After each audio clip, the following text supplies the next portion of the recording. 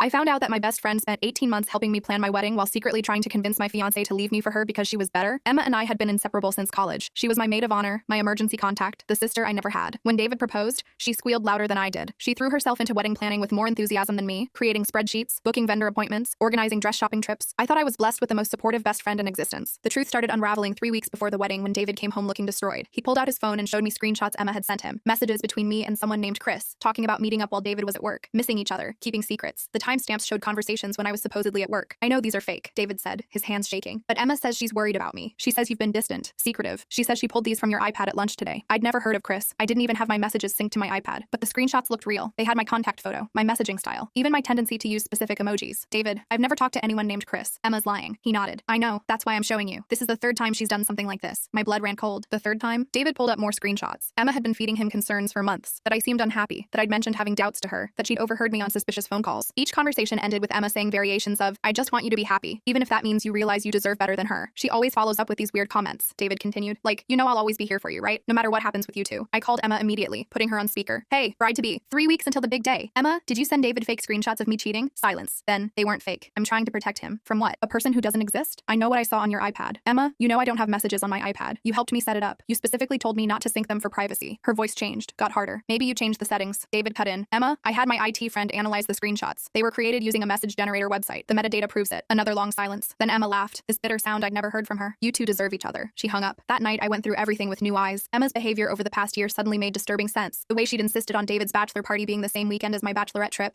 then suggested we cancel mine because the boys need their fun more. How she'd accidentally given the wedding venue the wrong date, nearly costing us our reservation. The dress shopping where she'd said every single dress made me look bloated, except the one that was 2 sizes too small. But the real devastation came from my cousin Janet, who worked at the same company as Emma. She called me the next day. I overheard something months ago, Janet said carefully. I didn't think. I thought I misunderstood. But Emma was on the phone in the parking garage. She said, by the time the wedding comes around, if it even happens, David will realize I'm the one who's really been there for him. I searched through our text history, found it all hidden in plain sight. Emma asking for David's number for wedding surprises. Her volunteering to pick up his dry cleaning when I was busy. The times she'd insisted on being the one to comfort him when we had normal couple arguments. She'd been positioning herself as the supportive alternative for over a year. The final blow came from David's phone records. Emma had been texting him almost daily. Nothing inappropriate on the surface. Wedding questions, friendly check-ins, funny memes, but the volume was staggering. She'd texted him more than she'd texted me, her supposed best friend. I confronted her in person at her apartment, found her trying on a white dress. Planning to wear that to my wedding, she didn't even flinch. It's ivory, not white. Emma, you tried to break us up. She turned to face me fully. I introduced you two. I brought David to that party. He was supposed to fall for me. You swooped in with your fake laugh and your desperate energy and stole him. That was 4 years ago. I've loved him for 4 years. I've been the one he talks to when you fight. I'm the one who remembers his coffee order. I'm the one who actually knows him. You know the version of him you've created in your head. She actually smiled. Give it time. Wedding planning is stressful. Lots of couples break up right before, and I'll be there to comfort him. I left without another word. Uninvited her from everything.